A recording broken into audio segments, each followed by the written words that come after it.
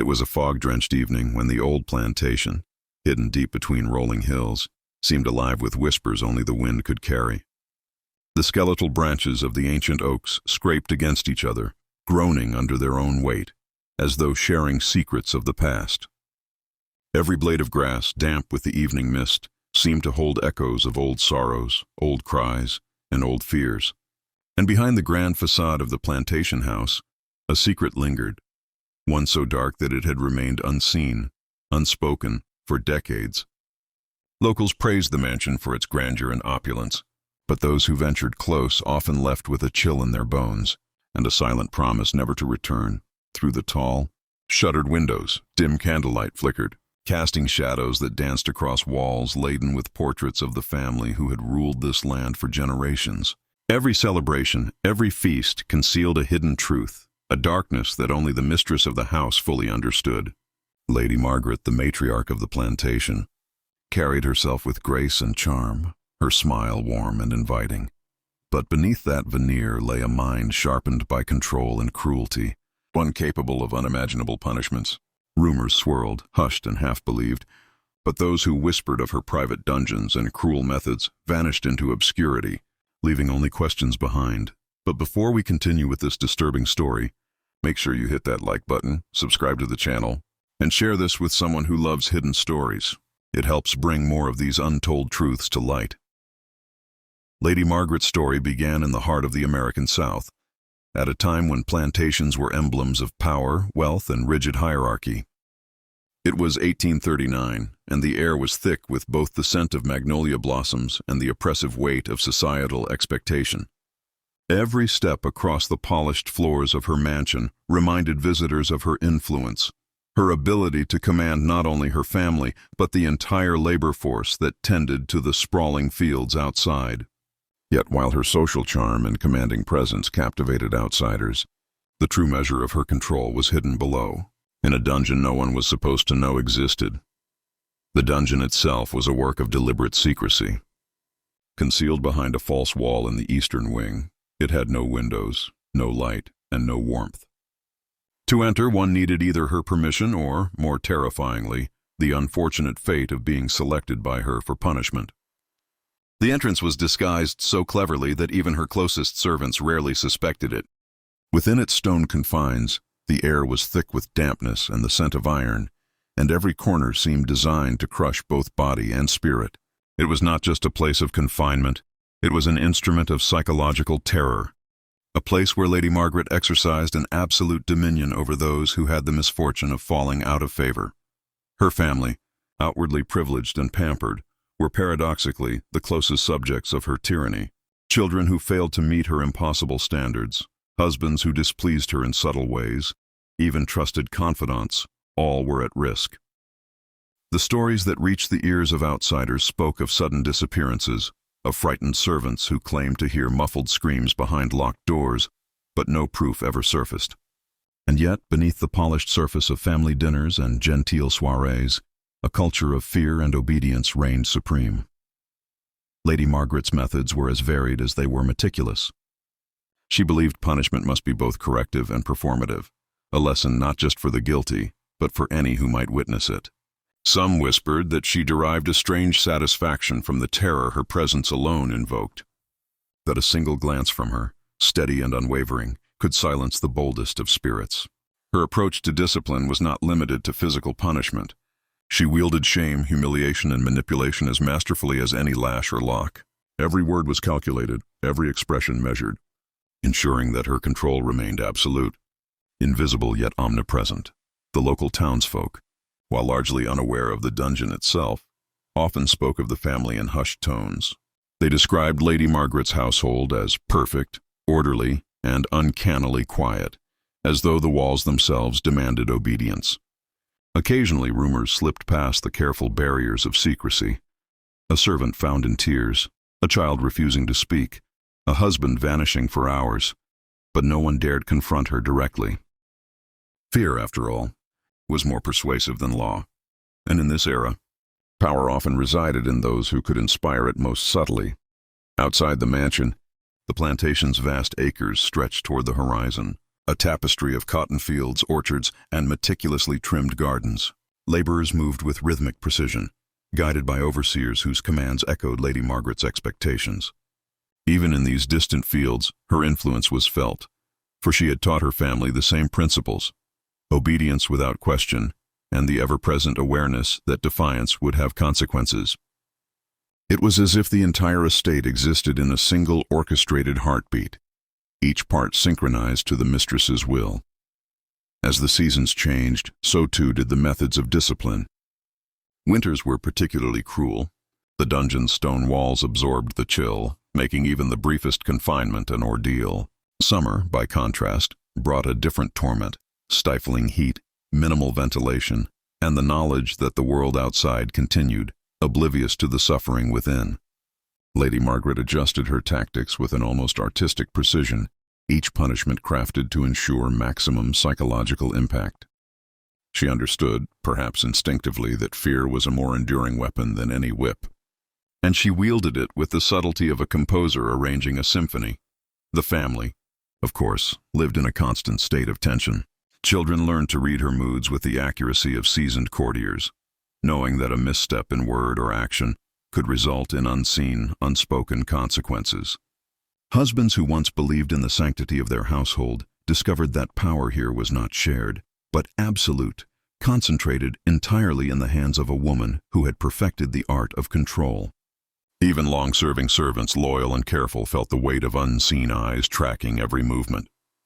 In Lady Margaret's world, freedom was an illusion, and safety was contingent upon flawless performance in every domestic and social endeavor.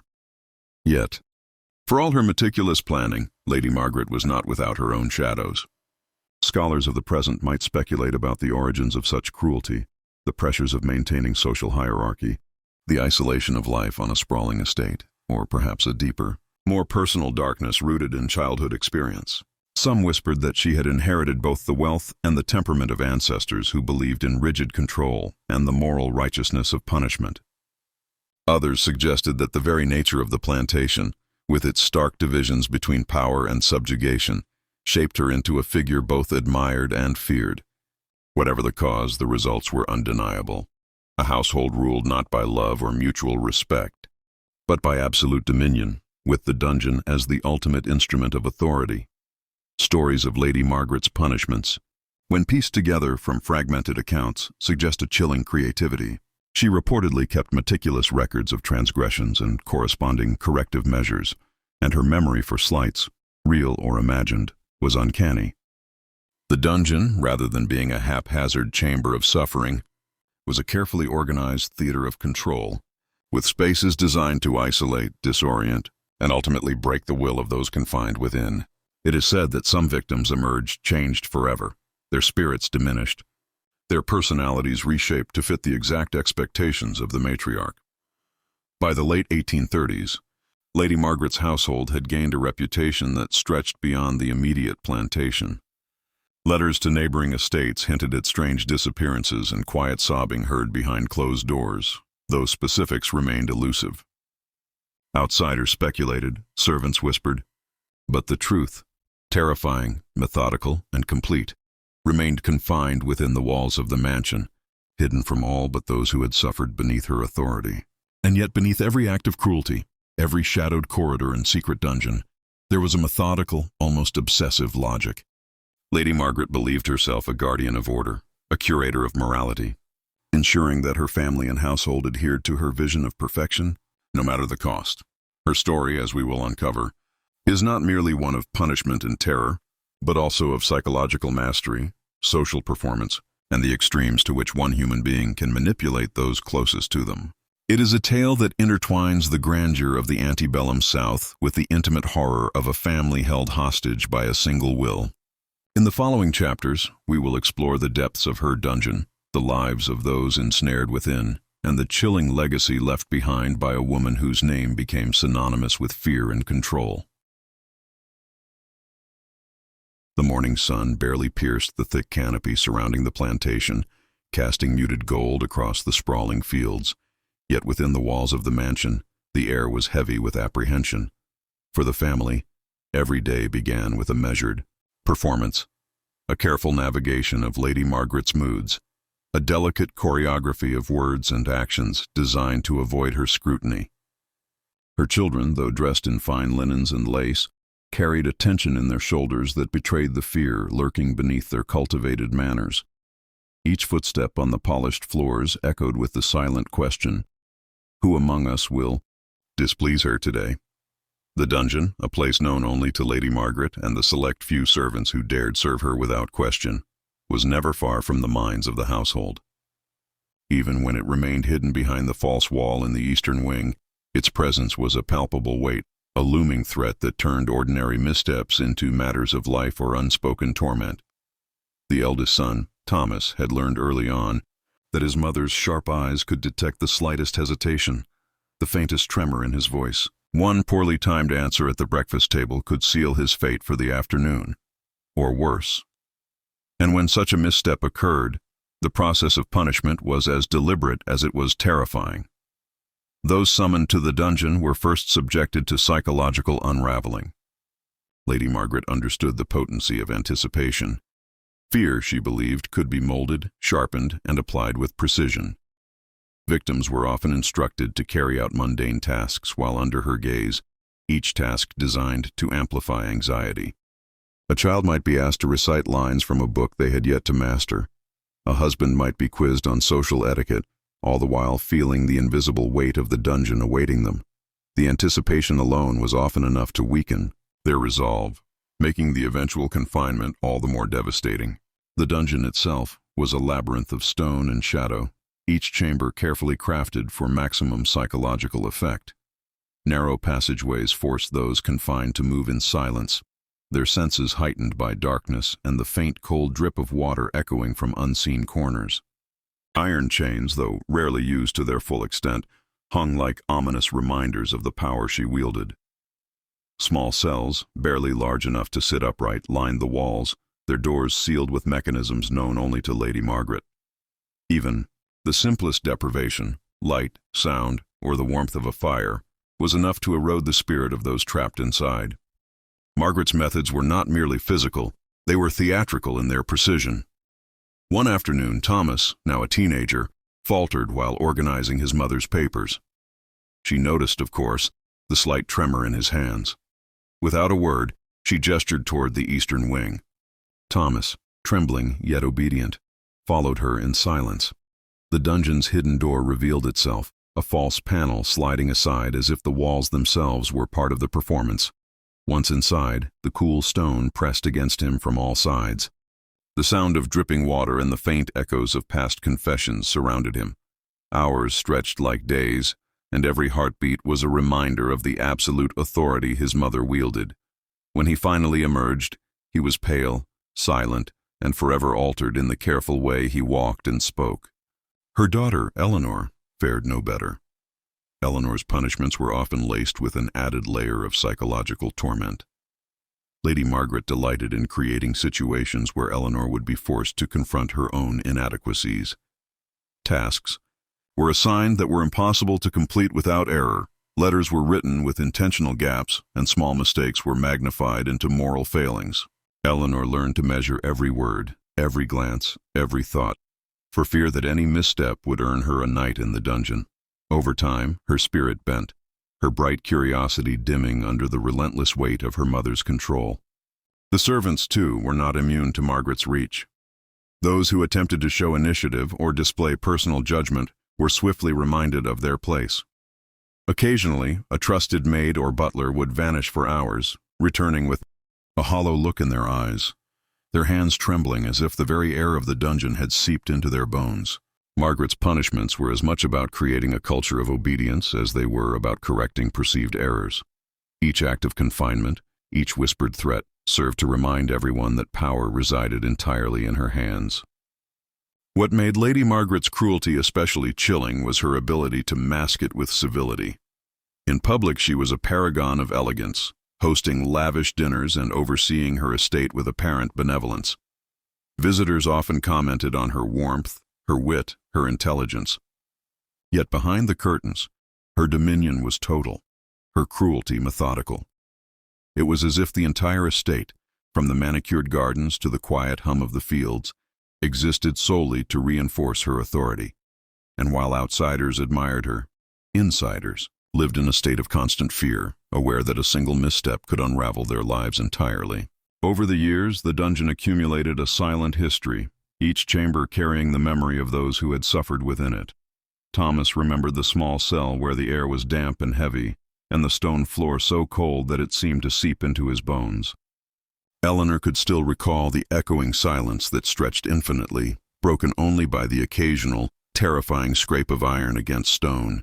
Even the servants, hardened by years of labor, whispered to each other about the dungeon with a mixture of reverence and terror, acknowledging it as a place where the human mind could be pushed to the brink. Lady Margaret's obsession with control extended beyond punishment into the minutiae of daily life. Every meal, every household task, every lesson in etiquette was imbued with expectation.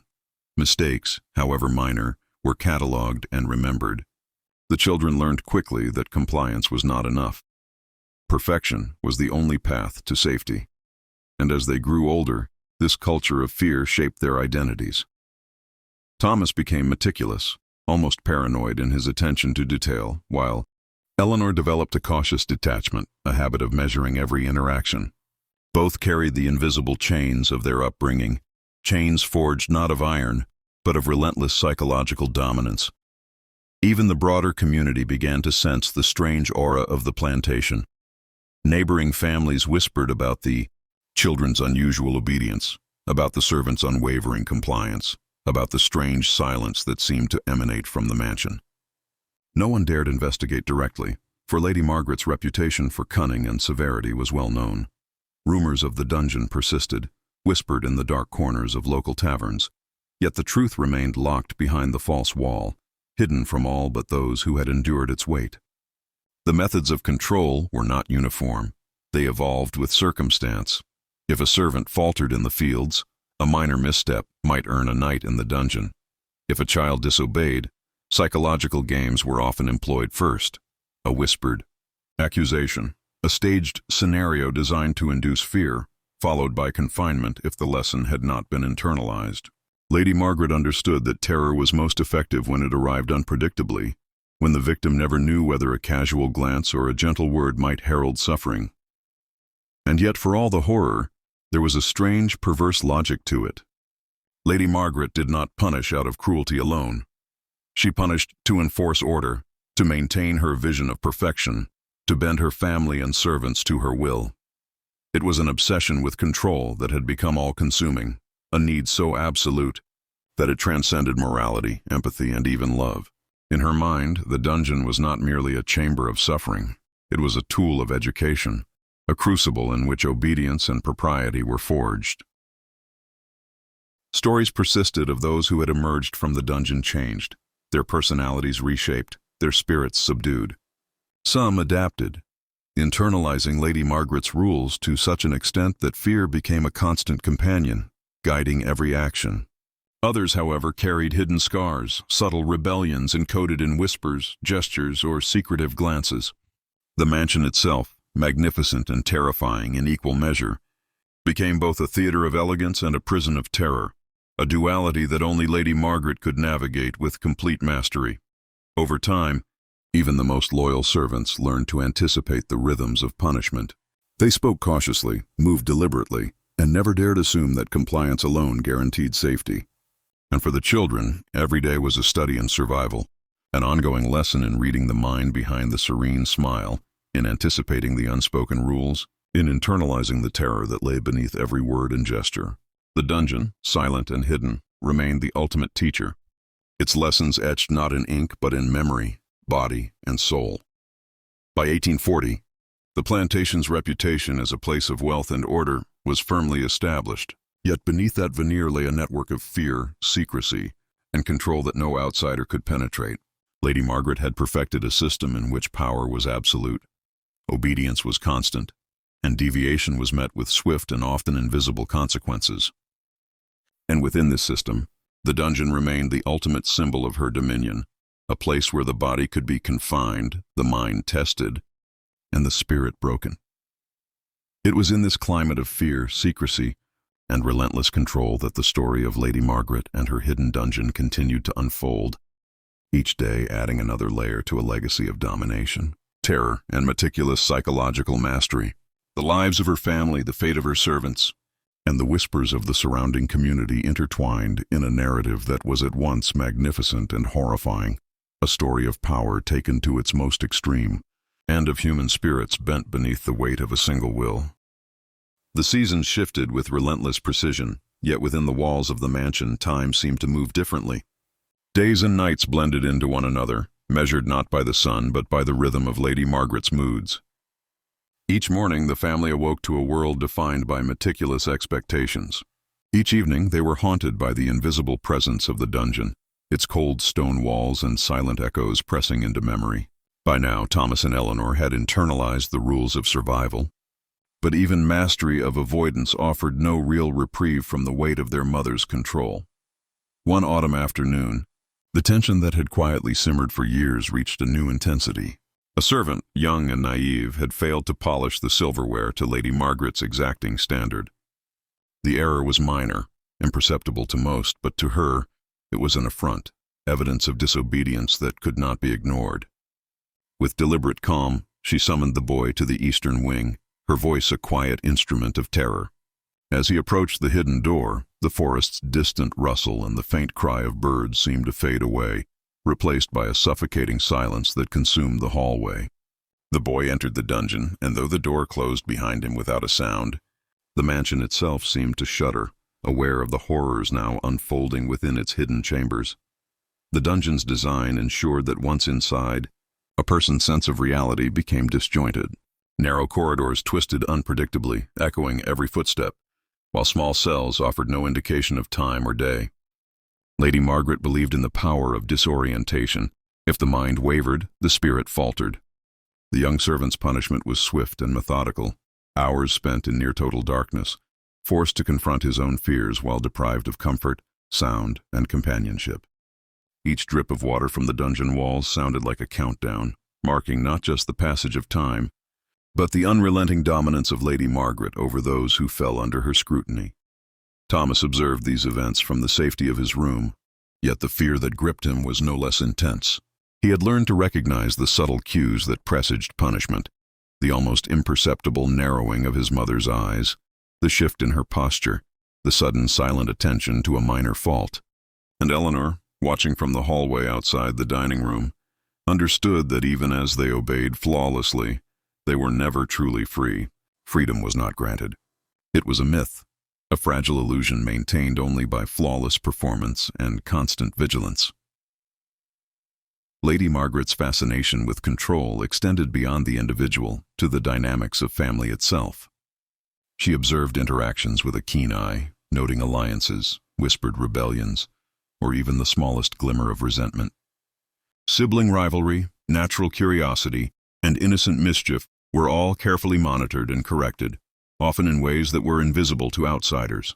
One misread glance or poorly timed laugh could result in isolation, scolding, or the dungeon's cold embrace. The children learned to perform perpetual self-surveillance, their identities shaped as much by fear as by the lessons their mother professed to teach. Eleanor's punishment came in the form of isolation and deception.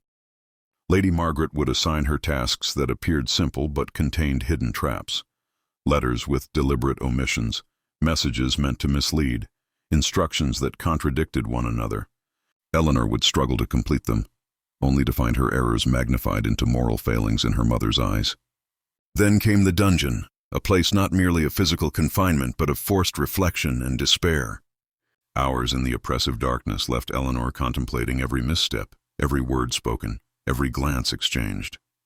By the time she emerged, her eyes were shadowed, her posture tentative, her voice measured to perfection. Even the family's social life was a stage for control. Guests were entertained with lavish dinners, dances, and theatrical displays of wealth and refinement, all under Lady Margaret's precise orchestration.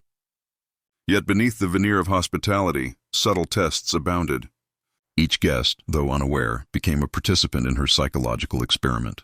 The family's manners, obedience, and discretion were constantly evaluated, for failure in public could warrant punishment in private. The mansion itself became both a theater and a prison, its grandeur masking the horrors hidden within the eastern wing. By the winter of that year, whispers of Lady Margaret's methods had begun to circulate more widely. Letters arrived from neighboring estates hinting at odd disappearances, sudden illnesses, and a family whose children seemed unusually subdued. Local taverns buzzed with speculation, though no one dared confront the matriarch directly. And yet within the mansion, life continued under the same rigid, oppressive rules. Each day reinforced the lesson that survival depended entirely on the careful navigation of fear, obedience, and perception. One particularly harsh winter brought a crisis that would change the family forever. A minor quarrel erupted between Thomas and Eleanor, an ordinary argument that any parent might dismiss. Lady Margaret, however, observed with an unblinking gaze, her mind cataloging every misstep and emotional fluctuation. The children were summoned separately to the dungeon, their punishments overlapping yet distinct, each crafted to break their will and rebuild it according to her exacting standards. The isolation was absolute, sound dampened, darkness complete, and the air heavy with a cold that seeped into bones. Time lost meaning, and the only measure of existence was the relentless rhythm of fear and expectation imposed by Lady Margaret's unyielding authority. During these sessions, she would sometimes appear unexpectedly, her presence a spectral force within the dungeon. Without raising her voice, she could induce trembling, silence, and compliance. Her punishments were meticulous, her observations precise, and her ability to manipulate human behavior absolute. Some historians today might suggest that her actions bordered on obsessive-compulsive, yet there was also a clear strategic mind at work. Each act of discipline, each calculated terror, reinforced a system in which she remained the singular axis of control. The servants bore witness to subtle horrors as well. One aged maid, who had served the family for decades, described the dungeon as a place where the mind was tested far more than the body. "It's not the chains or the cold," she said in hushed tones. "It's the waiting, the silence, the feeling that you are entirely alone, yet entirely observed." Those who emerged rarely spoke of the experience in detail, and if they did, their stories were fragmented, their words trembling with a mixture of reverence and fear. The dungeon, it seemed, left its mark not only on flesh but on memory, identity, and the very perception of reality. Lady Margaret's mastery extended beyond punishment into education and social conditioning. Lessons in literature, manners, and household management were interwoven with subtle tests of obedience and perception. A seemingly simple question might conceal a trap. A seemingly casual task might mask a potential failure. Each member of the household learned to anticipate these hidden challenges, to read her expressions, to calculate risks, and to perform with flawless precision. Yet even perfection offered no guarantee of safety. The possibility of failure, real or imagined, always lingered, as invisible and inevitable as the cold stone of the dungeon itself. By the early months of the following year, the psychological imprint of the dungeon and Lady Margaret's methods was undeniable. Thomas, once brash and curious, had grown meticulous and cautious, every word weighed for potential consequences. Eleanor, once playful and imaginative, had learned to mask emotion, to speak in measured tones, to act in ways designed to appease rather than express. The servants moved through their duties with a quiet vigilance, aware that a single lapse might invite hours or even days of confinement and observation. The mansion, magnificent in its architecture, was in truth a crucible, forging obedience, fear, and psychological endurance with absolute precision. Yet, despite this climate of fear, moments of human complexity persisted. Small acts of kindness, secret glances, whispered reassurances between siblings. These became precious lifelines, subtle reminders that even under the strictest oppression, human connection could endure. Lady Margaret, for all her precision and cruelty, seemed almost oblivious to these small rebellions, focusing instead on larger patterns of control. It was a testament to her strategic mind. Fear could dominate, but subtle bonds of humanity could persist, hidden and fragile, beneath the surface of terror. And so the story continued. A household held captive by invisible chains, a dungeon that shaped behavior through isolation and anticipation, and a matriarch whose desire for control was absolute. The plantation thrived in outward appearances, fields productive, house immaculate, family polished. Yet beneath this gilded surface lay a network of fear, psychological manipulation, and unspoken terror. Lady Margaret's legacy, meticulously cultivated within the walls of her mansion, extended far beyond her immediate family, influencing every soul who walked the halls, tended the gardens, or glimpsed her unyielding gaze. The winter of 1841 had left the plantation draped in a thin, icy fog, and the cold seemed to seep not only into the stone walls, but into the very bones of the family who lived within them. Lady Margaret, ever vigilant, observed her household with unerring precision. Every glance, every misstep, every whispered conversation was catalogued in her mind.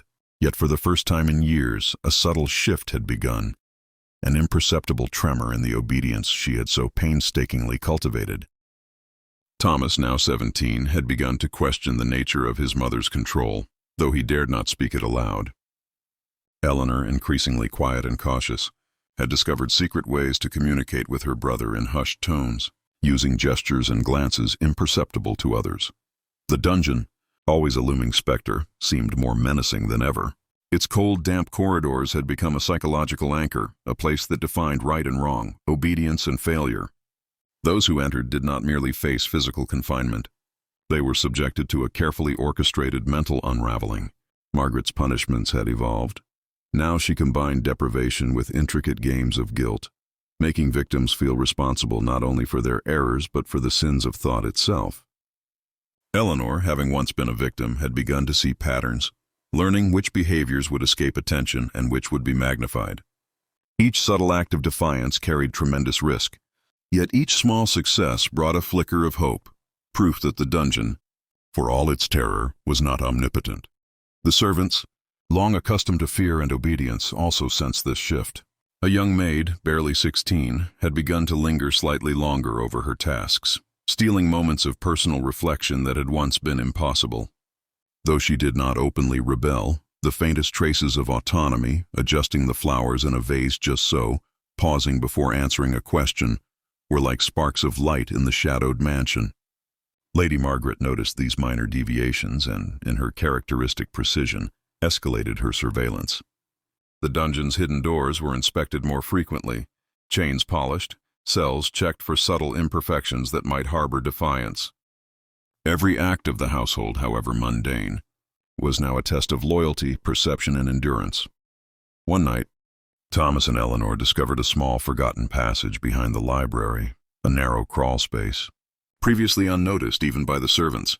The siblings realized that this secret route could allow movement within the mansion without detection. It was a discovery born of desperation, forged from years of oppressive observation and subtle learning. In hushed whispers, they began to plan small acts of resistance, secret exchanges of notes, minor concealment of items, and the sharing of forbidden stories from the outside world. These acts, seemingly trivial, represented the first true crack in Lady Margaret's meticulously constructed regime. Yet, the danger was immense. Lady Margaret's attention to detail was legendary. She noticed the slightest disruption in routine, the smallest deviation in behavior. The dungeon had trained the household in vigilance as much as fear. One miscalculated glance, one poorly timed word, could undo months of careful planning and result in hours or even days of confinement. Thomas and Eleanor moved with calculated caution, their every action rehearsed mentally before execution, their steps shadowed by the knowledge that discovery would be merciless. Even the servants, wary of reprisal, participated cautiously, aware that loyalty was often enforced not with reward, but with subtle fear. Lady Margaret herself was both predator and observer, seemingly unaware of the minor rebellions taking shape. Her attention remained fixed on broader patterns, the maintenance of household order, and the psychological games she had perfected over years. But cracks were forming, subtle, almost imperceptible, yet undeniable to the keenest of eyes. The siblings' clandestine communication grew more sophisticated. Hidden notes, gestures, and coded messages allowed them to exchange information without drawing suspicion. These small acts of defiance became lifelines, their survival dependent on ingenuity, trust, and careful observation. Meanwhile, the dungeon continued to cast its long shadow. Stories of past punishments lingered in the corridors like ghosts. their echoes carried in the cold stone and heavy air. A young servant, returning from confinement, had recounted the oppressive weight of isolation, the sense that time had ceased to exist, the psychological unraveling that seemed to seep into the mind itself. Each tale reinforced the siblings' understanding of the risks they faced, yet also fueled their determination. They realized that while Lady Margaret's power was vast, it was not absolute. Human ingenuity and subtle rebellion could create fissures in even the most rigid system. As spring approached, the mansion seemed alive with tension.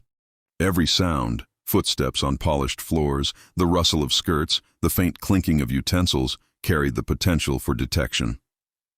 The siblings moved like shadows, observing, recording, and planning, their minds sharpened by years of observation and fear.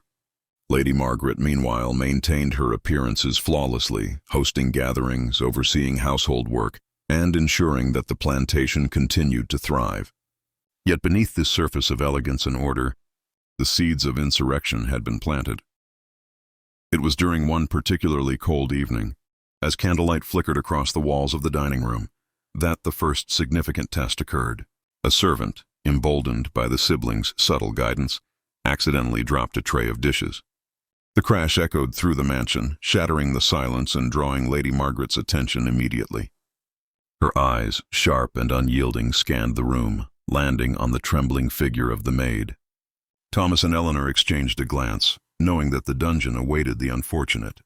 The child's fear was palpable, yet beneath it was a glimmer of determination, a quiet rebellion taking root. Lady Margaret's approach was methodical. The maid was summoned to the dungeon, the false panel sliding aside as if the walls themselves were alive. Yet Thomas and Eleanor, having memorized the rhythms and patterns of her punishments, anticipated the timing and movements of the mistress. They had learned to observe without being observed, to exist within the shadows while remaining present in the household. Their understanding of the mansion, its hidden spaces, and the subtle cues of Lady Margaret's attention allowed them to navigate the growing dangers with increasing skill. In these months of subtle rebellion, the siblings discovered the intricate psychology that had driven their mother's cruelty. Lady Margaret's punishments were not merely about obedience. They were about control, fear, and the manipulation of perception. By understanding the mechanisms she employed, Thomas and Eleanor gained a measure of power, however fragile. Each minor victory, a successful note passed, a secret passage used, a hidden act of defiance, strengthened their resolve, proving that the dungeon, while terrifying, was not invincible. Yet the risk of discovery loomed ever present. Lady Margaret's observation extended beyond sight and sound. Her awareness was intuitive, almost preternatural. She could detect subtle deviations in posture, tone, or expression, and the dungeon remained a tool for reinforcing control. Every act of rebellion was therefore accompanied by the knowledge that punishment might follow swiftly and without mercy. This duality, fear and defiance, oppression and subtle rebellion, defined life within the mansion, creating a tension so acute that it permeated every interaction, every whispered conversation, and every movement through the shadowed halls. The first true turning point came when Eleanor, using the hidden passages, managed to retrieve a letter sent to a neighboring estate. The contents were mundane, a request for supplies, but the act itself was revolutionary. By moving undetected, she demonstrated that Lady Margaret's dominion, while vast, was not all-seeing. It was a small victory, but monumental in its implications. The siblings began to understand that the dungeon, for all its terror, was not an absolute instrument of control. It relied on fear, anticipation, and psychological manipulation, all of which could be navigated with intelligence, caution, and ingenuity. And so, life within the mansion became a careful balancing act. The siblings learned to blend obedience with subtle rebellion, to measure every action, word, and gesture against the invisible rules imposed by Lady Margaret. The servants, now quietly emboldened by these small successes, participated cautiously, creating a fragile network of resistance hidden within the fabric of the household. And the dungeon, ever present, remained both a tool of terror and a catalyst for ingenuity, shaping not only the fear but the determination of those who lived under its shadow. The story, as it unfolded, revealed that even in the most controlled, oppressive environments, the human spirit could find cracks, fissures, and avenues of subtle resistance. Lady Margaret's mansion, magnificent and terrifying, had become a crucible, refining fear, cunning, and resilience in equal measure. And while the dungeon remained a place of unimaginable psychological weight, it was within this very darkness that the first sparks of rebellion, hope, and human ingenuity began to take root. Spring melted into a suffocating southern summer, and the air over the plantation shimmered with heat and the heavy scent of magnolia and jasmine. Inside the mansion, the oppressive atmosphere of fear remained, though it now vibrated with an undercurrent of quiet rebellion. Thomas and Eleanor had become adept at navigating the household, learning the intricate rhythms of Lady Margaret's attention and the subtle signals that heralded punishment. Yet even as they moved with calculated care, the stakes grew higher. Every minor success emboldened them, but also increased the risk of discovery. The dungeon remained the central instrument of control, a place where fear was sharpened to its most precise edge. It was no longer used merely for immediate punishment. Lady Margaret had begun to employ it strategically, designing long-term psychological experiments that tested memory, obedience, and the very perception of time. Hours, sometimes days, were spent in near total isolation, the air heavy with dampness and the faint scent of iron. Victims emerged not just subdued, but fundamentally altered, their behaviors, gestures, and even thoughts molded to fit the mistress's exacting standards. Yet, the siblings' understanding of these patterns now offered them a slim, fragile advantage. One afternoon, a seemingly trivial incident brought everything to a dangerous climax. A visiting relative, unaware of the mansion's hidden horrors, had commented on the children's unusual composure, noting a quiet intelligence that seemed almost unnatural. Lady Margaret, her eyes narrowing imperceptibly, had detected a glimmer of independence in Thomas's expression, a spark that threatened the absolute order she demanded. She summoned him immediately to the eastern wing, her voice calm, but carrying the weight of inescapable authority. The dungeon awaited, its hidden door a yawning mouth of stone, cold and merciless. As Thomas entered, Eleanor observed from the shadows, her heart pounding. She had memorized the layout of the dungeon, every corridor and cell, and she knew the timing of her mother's steps with uncanny precision. But this time the stakes were higher than ever. Her brother's fate, the fragile network of resistance they had cultivated, and the very possibility of escape or defiance hung in the balance. She lingered near the hidden passage, waiting, listening, the heavy stone walls pressing against her ears. The faint sound of dripping water, a metronome of terror. Inside the dungeon, Thomas felt the familiar weight of isolation, the oppressive darkness, and the cold seep of stone through his clothes. Yet, unlike previous experiences, he now recognized patterns, subtle shifts in his mother's behavior, the placement of chains, the sequence of doors, that allowed him to anticipate her movements. Lady Margaret, though precise and cunning, relied on the predictability of human fear, and Thomas had begun to exploit this predictability, a dangerous game that required both nerve and intellect. Meanwhile, Eleanor acted with quiet determination. Using the hidden passages, she navigated to the central wing of the mansion, moving like a shadow between polished floors and curtained windows. Her goal was simple yet audacious: to retrieve a key that had been left unattended on a desk, a key that could unlock one of the smaller cells in the dungeon. Every step carried immense risk. A misstep, a creaking floorboard, or a glint of sunlight on polished brass could reveal her presence instantly. Yet she moved with deliberate care, the lessons of years of fear and observation guiding her every movement. The servants, now quietly emboldened, played their own roles in this delicate theater. The young maid, who had once trembled at the faintest correction, distracted Lady Margaret with carefully timed tasks, buying Eleanor crucial minutes. A subtle glance from the butler indicated a slight adjustment in timing, a minor deviation from routine that kept the mistress occupied while the siblings executed their plan.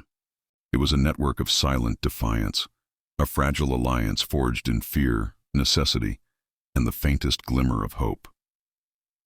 Back in the dungeon, Thomas realized that his punishment would not be physical alone. His mother had devised a psychological trial designed to test his memory and obedience under extreme stress. Questions were asked in a calm, deliberate tone, each one layered with subtle traps. An incorrect answer, A hesitation, or even a minor facial expression could trigger extended confinement or additional torment. Yet Thomas, drawing upon months of observation and preparation, began to anticipate her methods, answering with calculated precision while maintaining an outward appearance of submission. Each correct response became a small victory, a step toward survival, and a quiet rebellion against the absolute control that had dominated his life. Eleanor reached the desk and retrieved the key, her hands trembling but steady. The metallic weight felt heavier than it should have been, a tangible symbol of both opportunity and danger. She knew that a single mistake could result in immediate discovery, perhaps even punishment far harsher than anything previously endured. Yet the siblings had learned that survival depended not only on obedience, but on courage, ingenuity, and the willingness to seize the rare openings that fear and routine inevitably created. The critical moment came when the two siblings, separated by stone walls and the darkness of the dungeon, coordinated silently through subtle signals. Thomas positioned himself near the cell door that Eleanor intended to unlock, timing his movements to match the patterns of his mother's rounds. Eleanor, guided by instinct and careful observation, inserted the key into the lock, the click echoing softly yet ominously in the silent corridors. The cell door opened just long enough for Thomas to glimpse the possibilities of defiance, a fleeting taste of empowerment amidst years of subjugation. Lady Margaret, however, was far from oblivious. Her instincts, honed over decades of dominance and observation, detected the faintest anomalies in the rhythms of the household. A shadow moved where none should, a footstep arrived a fraction of a second too early, and a subtle tension in the air betrayed the carefully orchestrated rebellion. She paused, her mind analyzing, calculating, and preparing for the inevitable confrontation. The dungeon, though momentarily breached in its routine, remained under her ultimate authority, a reminder that control was never relinquished easily. The tension reached a fever pitch as the siblings and the servants navigated the perilous dance of rebellion and observation. Each movement, each breath, carried the weight of potential disaster. The mansion, magnificent and imposing, became a crucible in which fear, intelligence, and courage collided. For the first time, it seemed that Lady Margaret's absolute control could be challenged, if only subtly, if only for a fleeting moment. Yet the risk of exposure loomed larger than ever. One misstep could unravel months of careful planning, and the dungeon's hidden chambers awaited to exact their toll. The air was thick with anticipation, the sound of distant footsteps echoing through corridors like the pulse of the mansion itself.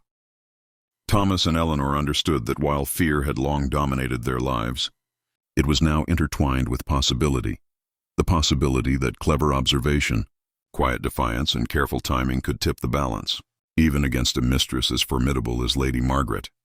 And so, the plantation existed in a fragile equilibrium, Lady Margaret's dominance ever present, yet challenged by the growing intelligence, ingenuity, and subtle courage of those she sought to control. The dungeon, symbol of absolute power, became both a threat and a testing ground, a place where fear, strategy, and rebellion intertwined in ways that even the mistress herself could not fully predict.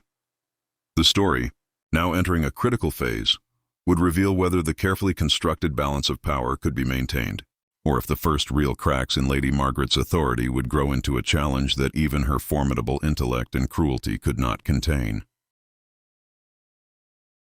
The summer sun bore down on the plantation like a merciless overseer, yet inside the mansion, a storm far more dangerous than heat brewed quietly. Lady Margaret, ever vigilant, had begun to sense the subtle fissures in the carefully constructed order she had maintained for decades. The children, Thomas and Eleanor, had grown skilled in the dance of obedience and subtle rebellion, their every movement measured, every glance calculated, every word delivered with perfection, but now their courage had escalated into action. What had begun as minor defiance had evolved into a deliberate challenge, and the mistress of the mansion, sharp and unyielding, was beginning to notice. It was on a sweltering July evening that the confrontation reached its apex. Thomas and Eleanor, emboldened by months of clandestine planning, had coordinated an audacious move. They intended to expose part of the dungeon's existence to a trusted servant, using the hidden passages to demonstrate the limitations of Lady Margaret's surveillance. Every step was calculated, every signal rehearsed, yet the risk of discovery was immense. The mansion, silent and watchful, seemed to breathe alongside them, the polished floors reflecting the flickering candlelight, the heavy curtains whispering in the still air. Lady Margaret's awareness, honed by decades of absolute control, was not to be underestimated. She detected the faintest irregularity, the misplacement of a chair, a shadow that lingered too long, the briefest hesitation in the servants' movements.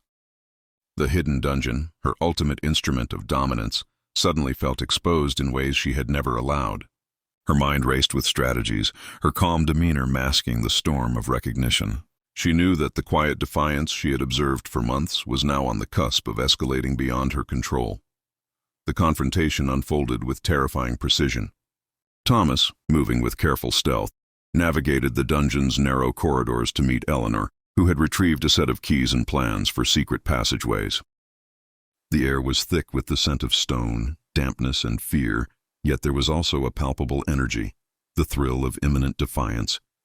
As they worked together, moving silently in the shadows, Lady Margaret appeared without warning, her presence cutting through the darkness like a blade. The children froze, hearts pounding, every instinct screaming that the culmination of months of preparation hung by a fragile thread. Her voice, calm yet laced with authority, broke the silence. "You think you can outmaneuver me?" she asked, her eyes narrowing, scanning the faces of her children with a predator's precision. Thomas swallowed. Eleanor's hands trembled, yet they held fast, recognizing in this moment that fear had guided them this far, but courage would carry them forward. Lady Margaret advanced, each step deliberate, the polished floors echoing beneath her weight, yet the siblings did not flee. They had learned to anticipate her methods, to manipulate timing, to exploit the predictability she relied upon. What followed was a tense psychological duel.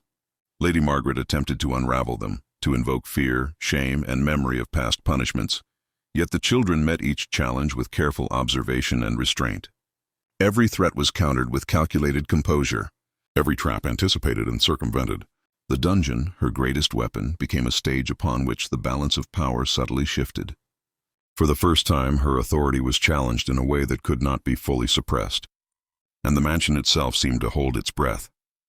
Eleanor, seizing the critical moment, unlocked one of the smaller dungeon cells, revealing the hidden passageways she and Thomas had discovered. The act was symbolic, a declaration that even the most meticulously hidden terror could be navigated with courage, intelligence, and unity. Lady Margaret's eyes, sharp and unyielding, reflected a flicker of disbelief, the recognition that her absolute control had encountered its first true resistance. For decades, she had ruled through fear, anticipation, and psychological mastery, yet in this moment, the combination of observation, ingenuity, and subtle rebellion had disrupted her dominion. The mansion, magnificent and terrifying, became a crucible of revelation. The siblings standing together represented not defiance in anger, but defiance in knowledge, the knowledge of patterns, of timing, of the limits of control. Even the servants, emboldened by these actions, moved with cautious solidarity, subtly demonstrating that Lady Margaret's reign, while formidable, was not invulnerable. The dungeon, once the unassailable heart of terror, had been partially exposed, its psychological grip loosened by the very minds it sought to dominate. Lady Margaret, in the face of this unprecedented challenge, retreated into her strategic mind. She did not strike immediately, did not lash out in fury. Instead, she observed, recalculated, and measured the new dynamic with her customary precision. It was a rare moment of vulnerability, yet also a testament to her intelligence. She recognized that power, even absolute power, required adaptation, and that human ingenuity could never be fully eradicated. The household, long dominated by fear, now carried within it the seeds of resilience, courage, and quiet autonomy. In the days that followed, a new equilibrium emerged within the mansion. Lady Margaret retained her authority, yet it was no longer unchallenged. The siblings continued to navigate her domain with a careful mixture of obedience and subtle resistance, the servants quietly reinforcing this fragile balance. The dungeon remained, but its psychological terror was tempered by the knowledge that even the most formidable instruments of control had limits. Fear, while potent, could be measured, mitigated, and ultimately confronted with intelligence, courage, and solidarity. The legacy of Lady Margaret, the plantation lady who had kept a hidden dungeon for punishment, remained a mixture of awe and horror. Her brilliance in observation, her mastery of psychology, and her relentless pursuit of control left indelible marks on her family and household. Yet, in the end, the human spirit, clever, resilient, and subtly defiant, proved capable of withstanding even the most meticulous oppression. The mansion, its walls echoing with the history of fear and domination, also held the quiet proof of rebellion, courage, and the enduring power of ingenuity. And so, the story closes not with the triumph of cruelty, but with the realization that absolute power, no matter how meticulously maintained, is always subject to challenge. Lady Margaret's dungeon, the hidden heart of her authority, became both a symbol of terror and a crucible in which human intelligence and resilience were tested and proven. The shadows that had once dominated the household now contained light, small, fragile but unyielding, and within those shadows, the human spirit endured. The tale of the plantation lady and her hidden dungeon remains a chilling testament to the extremes of control, the depths of fear, and the enduring power of courage, cunning, and quiet rebellion. It is a story that echoes through time, a reminder that even in the darkest corners of human experience, resilience can emerge and the mind can find a path to freedom, no matter how tightly the walls may close in. If you love the darkness, stay with us. Subscribe before the lights go out.